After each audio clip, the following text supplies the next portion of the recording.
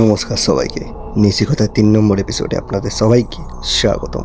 আজকের গল্পটি অত্যন্ত ভয়ঙ্কর হতে চলেছে, তাই জন্য খুব দুর্বল মনে হলে তাহলে আমি আপনাদের প্রার্থনা করব যে রাতের বেলা একা গল্পটা না শুনতে। আর তাও যদি আপনি শুনতে চান তো কানে হেডফোন লাগান, সাউন্ড বাড়ান, ঘরের লাইট অফ করুন আর গল্পের মধ্যে হারিয়ে যান।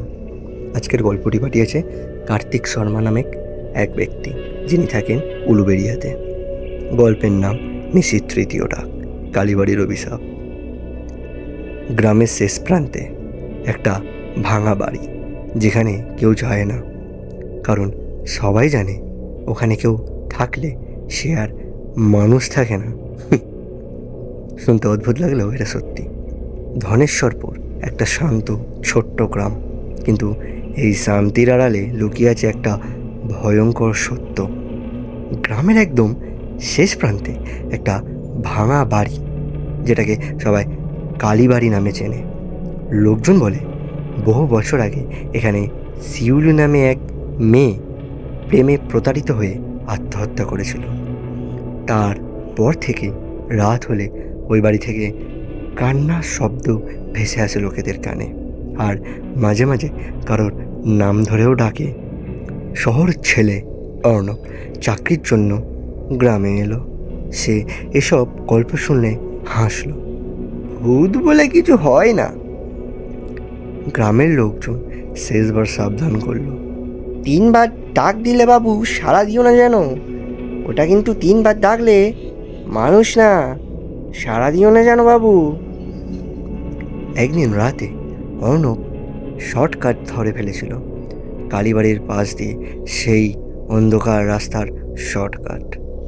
হঠাৎ এই যে শুনছেন, সে ঘুরে তাকালো, কেউ নেই। আবার একটু দাঁড়ান না।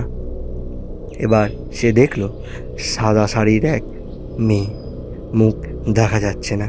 অর্ণব জিজ্ঞেস করলো, আপনি কে? মেয়েটা ধীরে মাথা তুলল, চোখ দুটো পুরো কালো, ঠোঁটের কোণে রক্ত, দাঁতগুলো ধারালো। অর্ণবের মাথা ঘুরে গেল আর সে সেখানে অজ্ঞান হয়ে গেল। পরদিন অর্ণবকে অজ্ঞান অবস্থায় কালীবাড়ির সামনে পাওয়া গেল। অজ্ঞান অবস্থায় এর পর থেকেই সব কিছু যেন কেমন একটা বদলে মতে গেল। 3 রাতের ডাক। প্রথম রাত জানলার বাইরে ফিস ফিস, অর্ণব বেরো না, বেরো না। কিন্তু অর্ণব সেটাকে তোয়াক্কা করলো না, মনে করলো তার মনের ভুল। তারপর সে আবার শুয়ে পড়ল।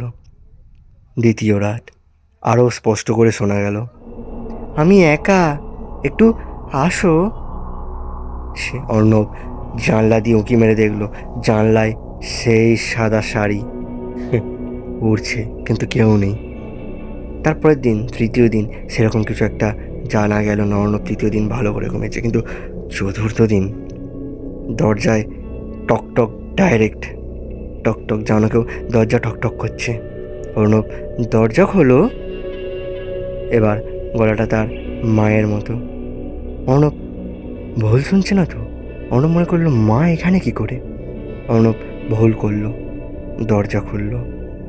সেদিন থেকেই অর্ণব আর অর্ণব নেই। তারপর থেকে কেউ হয়েছে অর্ণবকে বহুত দিন থেকে গ্রামের লোকেরা দেখতে পায় না। অর্ণব বাড়ি থেকে আর বেরোয় না, সে মেয়েলি গলায় কথা বলে এখন একা একা, আয়নায় তাকিয়ে হাসাহাসি করে।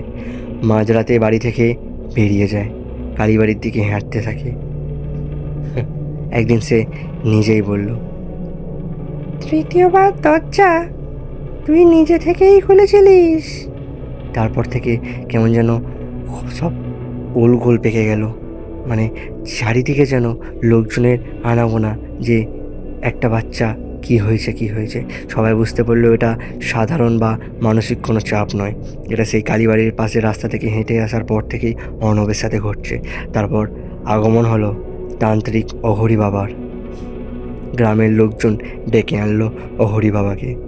ঘরে ঢুকেই তিনি বললেন, এটা নিশি না, এটা এখন ডাকিনি। সবাই কেঁপে উঠল।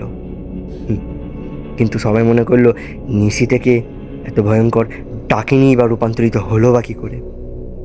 অঘরী বাবা বলেন, শিউলির মৃত্যুর পর আর শান্তি পায়নি। যে তাকে বিশ্বাস করে তাকে সে নিজের করে নেয়, আর 3বার ডাক এটা তার খেলা মাত্র। শুরু হলো ঝাড়ফুঁকের প্রক্রিয়া। রাত তখন 1টা। ঘরে আগুন, মন্ত্র, লাল সুতো, দেহবন্ধন, ঘরবন্ধন, আর লোকজন ঘরের বাইরে, দরজা বন্ধন। অঘরী বাবা আর অর্ণব মাত্র সেই ঘরের মধ্যে। তখন হঠাৎ অর্ণব নিজের গলা চেপে ধরল। তার মুখ দিয়ে বের হলো, আমি ওকে ছাড়বো না। ঘরের দরজা নিজে নিজে বন্ধ হয়ে গেল, নিজে নিজে খুলছে। বাতাস ঠান্ডা। অর্ণব মাটি থেকে উঠে গেল। তার পেছনে ধীরে ধীরে তৈরি হলো এক ছায়া। চুল মাটিতে ছুঁয়ে যাচ্ছে, চোখ জ্বলছে। শিউলি, আমি একা ছিলাম, এখন আর না। কিন্তু তারপর অঘরী বাবা জোরে চিৎকার করে বললেন, মন্ত্র পড়ছেন। অঘরী বাবা চিৎকার করে বলছে যে, কেন এসছিস, কি করেছে তোর? ও আমার ডাকে সাড়া দিয়েছিল, আর ও আমাকে বিশ্বাসও করেছিল, তাই ও আমার। এখন ও আমার, আমি ওকে ছাড়বো না, যাই করে নিস না কেন তোরা। অঘরী বাবা রেগে গেলেন। আগুনে কি যেন একটা ছুঁড়ে দিলেন। বিকট চিৎকার, আমি আবার আসবো, আবার ডাকবো 3য় বার। হঠাৎ একটা কালো ছায়া অর্ণবের শরীর থেকে বেরিয়ে দ্রুত গতিতে গেল। জানলা ভেঙে গেল। সব চুপ। আশেপাশের পরিবেশ শান্ত। অর্ণব ধীরে ধীরে স্বাভাবিক হলো। গ্রামে আবার শান্তি। 3 দিন পর রাত। অর্ণব আয়নার সামনে দাঁড়িয়ে ধীরে ধীরে তার চোখের দিকে চোখ রেখে বলল, আমি তোকে ছাড়িনি। তারপর আয়নায় দেখা গেল তার পেছনে শিউলি, কিন্তু এবার শিউলি হাসছে, আর অর্ণবও একইভাবে হাসছে। মানে সে সেটা তো পুরোপুরি জানা যায়নি। সবচেয়ে ভয়ঙ্কর ভূত সে না যে তোমাকে ডাকে, সবচেয়ে ভয়ঙ্কর তুমি, যখন তুমি নিজেই দরজা খোলো। তো মাথায় রেখো, 3বার যদি ডাকার পর আর কেউ না ডাকে, সেই দরজা ভুলেও খোলো না। আর এপিসোড কেমন লাগলো অবশ্যই আপনারা কমেন্ট করে জানাবেন।